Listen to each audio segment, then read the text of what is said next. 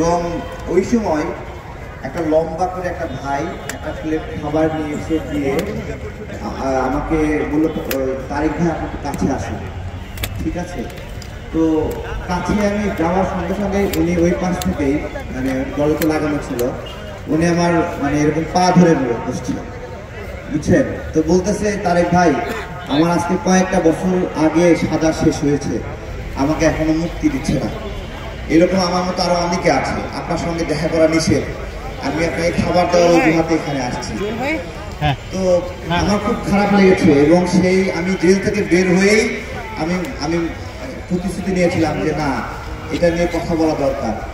এবং আমরা সেই জায়গা থেকে, আমাদের জায়গা থেকে আপনাদের একটা প্রোগ্রামও করেছিলাম আমাদের বিডিআর ভাইদের জন্য। আমি সরকারকে বলবো, আপনারা একটা কমিশন করেছেন, সেই কমিশনের মধ্যে যে সকল বিডিআর নির্দোষ ভাইয়েরা চাকরিচ্যুত হয়েছে তাদের কার্যতালিকা নাই। এটা আপনারা কেন রাখেন না আমি জিজ্ঞাসা করছি। 2 নাম্বার বিষয় হলো, যাদের সাজা শেষ হয়েছে তাদের মুক্তির বিষয়টি নাই। 3 নাম্বার বিষয় হলো, যাদেরকে অন্যায়ভাবে মামলায় ফাঁসানো হয়েছে তাদের মুক্তির বিষয়ও নাই। এই বিষয় ছাড়া পিলখানা হত্যাকাণ্ডের বিষয় কোনোভাবেই সুরাহা হবে না, হবে না। এবং একটা দফা আছে, ও নাম্বার না কি নাম্বার দফা, লাস্টের দফা না?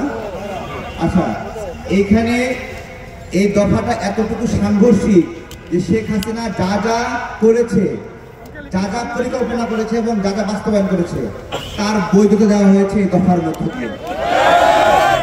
এখন আমার কথা হলো, এই জায়গায় কোন ভূতে ঢুকছে এটা আইডেন্টিফাই করা দরকার। এই লোকটা শয়তানি করে এই দফাটা ঢুকাইছে, তার মানে এই ভূতদের মধ্যে র এবং শেখ হাসিনার এজেন্টরা রয়েছে, যারা এই কাজটা করেছে। মাঝে মাঝে যোগাযোগ হয় এবং কথা হয়, আমরা এই কথাগুলো বলেছি। আমাদেরকে ওনারা বলেছেন যে ওনারা প্রধান উপদেষ্টাকে এইগুলো বলেছে। আমার কথা, কিছু কিছু কাজ দেরি করলে অনেক ক্ষতি হয়ে যায়। কেমন ক্ষতি হয়ে যায়? গতকালকে দেখলেন যে সুনামগঞ্জ সীমান্তে একজন বাংলাদেশী নাগরিককে হত্যা করলো। আমাদের স্বরাষ্ট্র উপদেষ্টা বলছে আর পিঠ দেখাবো না, এখন মুখোমুখি কথা হবে। আমার কথা হলো যে আপনি জবাব দেন, সুনামগঞ্জ সীমান্তে যে নাগরিক হত্যা করলো যে বিএসএফরা, তাকে আপনারা মুখোমুখি দাঁড়িয়েছেন না পিঠ দেখিয়েছেন? এর আগে 7 দিন আগে পরপর 2 দিন বাংলাদেশী নাগরিককে হত্যা করা হয়েছে। মুখোমুখি দাঁড়িয়েছেন নাকি পিঠ দেখিয়েছেন? এগুলো ভুলভাল বুঝাই আমাদেরকে বুঝ দিতে পারবেন না, বুঝ দিতে পারবেন না। একটা জায়গায় সমাধান, সেটা হলো আমার সেই বিডিআর কে ফেরত আনতে হবে। এর ছাড়া কোনো সমাধান নাই। এবং আমরা বলছি, আজকে কত হাজার বিডিআর কে বাইর করা হয়েছে? 18,000। আমি বলি 18,500 বিডিআর কে বের করা হয়েছে না? আজকে এই বিজিবির সঙ্গে 18,500 বিডিআর কে যুক্ত করেন। আমি কসম করে বলছি, বিএসএফ চোখ তুলে তাকাতে পারবে না। চোখ তুলে তাকালে চোখ তুলে নেওয়া হবে। আমরা, এটা শুধু আমার কথা না, সারা বাংলাদেশ বলছে, বিডিআর না বিজিবি, বিডিআর না বিজিবি, বিডিআর না বিজিবি। সারা বাংলাদেশ বলছে বিডিআর প্রয়োজন। এবং এই বিডিআর কে ধ্বংস করেছিল কেন আমি আপনাদেরকে বলি। সেই যে রৌমারী সীমান্তে বিএসএফ পরাজিত হয়েছিল, তখন থেকে ওদের টার্গেট ছিল এই বিডিআর কে ধ্বংস করতে হবে, এই সেনাবাহিনীকে ধ্বংস করতে হবে।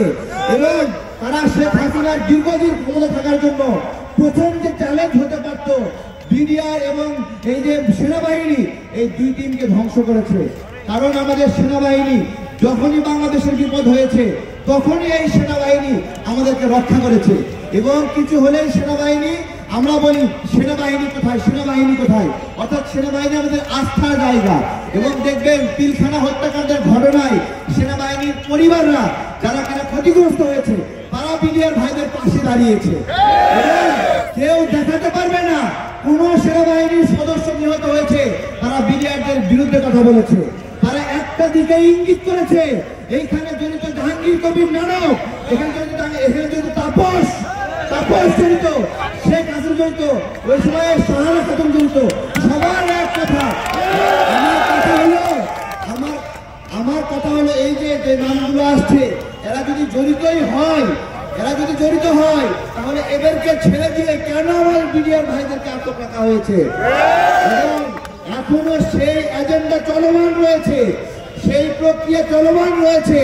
এটা কোনোভাবেই ভাঙছে না, এটা চীনের প্রাচীরের মতো উঁচু হয়ে আছে, কেউ নড়াতে পারছে না। এইটা কোনো কথা? আমরা স্পষ্ট করছি। আমি ধন্যবাদ জানাবো মাহিন ভাইকে, আসছে। মাহিন একটা অসাধারণ কাজ করেছে এবং আমি চাই আপনারা তাকে সহযোগিতা করেন এবং সেও মনোবল ধরে রাখুক, আপনারা একসঙ্গে সবাই কাজ করেন। আমরা গণ অধিকার পরিষদের প্রতিনিধি যারা আছি আপনাদেরকে নিয়ে আগে প্রোগ্রাম করেছি, আমরা আশ্বস্ত করছি আমরা দ্রুতই অসম্ভব সেই কাজটি আবার সম্ভব করব। এবং সেটা কি, আমরা এখানে কিন্তু সম্ভাবনা রয়েছে যে বিডিআর এবং সেনা পরিবারগুলো মুখোমুখি হয়ে যাবে, খুবই সম্ভাবনা রয়েছে। সুতরাং আপনারা এই বিষয়গুলো খুব কৌশলীভাবে কথা বলবেন, আপনারা তাদের সাথে সাংঘর্ষিক হয়ে এরকম কেউ বক্তব্য দিবেন না। আমরা সেই অসম্ভব কাজ করবো, আবার বিডিআর পরিবার এবং সেনাবাহিনীর ক্ষতিগ্রস্ত পরিবারকে এক জায়গায় করব। এবং যদি এরকম দেখেন আপনারা কোথাও পুলিশ এসে আপনাদেরকে মারার চেষ্টা করতেছে, হামলার চেষ্টা করছে, উত্তেজনা সৃষ্টি হচ্ছে, তখন আপনারা পাল্টা স্লোগান দিয়ে অস্থিতিশীল করবেন না। তখন বলবেন আপনারা 5 মিনিটের জন্য সবাই নিরাপত্তা পালন করবো। আমরা কি বলবেন? এটা একটা জরুরি।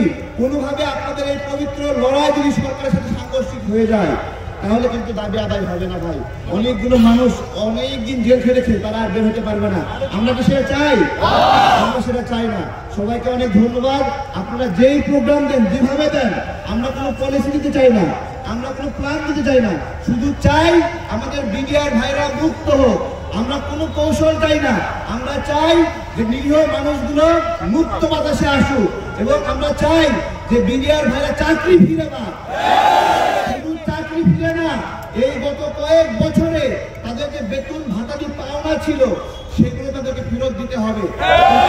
এটা সরকারি চাকরির পাবলিক রুলস, এটা চাকরির রুলস যে কেউ যদি ক্ষতিগ্রস্ত হয় চাকরি থেকে বের করে রাখা হয়, চাকরি ফেরত পাওয়ার সঙ্গে সঙ্গে সেই ক্ষতিপূরণগুলো দেওয়া হয়। সেইটা চেয়ে আমি আমার বক্তব্য শেষ করছি। অনেক ধন্যবাদ সবাইকে। আসসালামু আলাইকুম।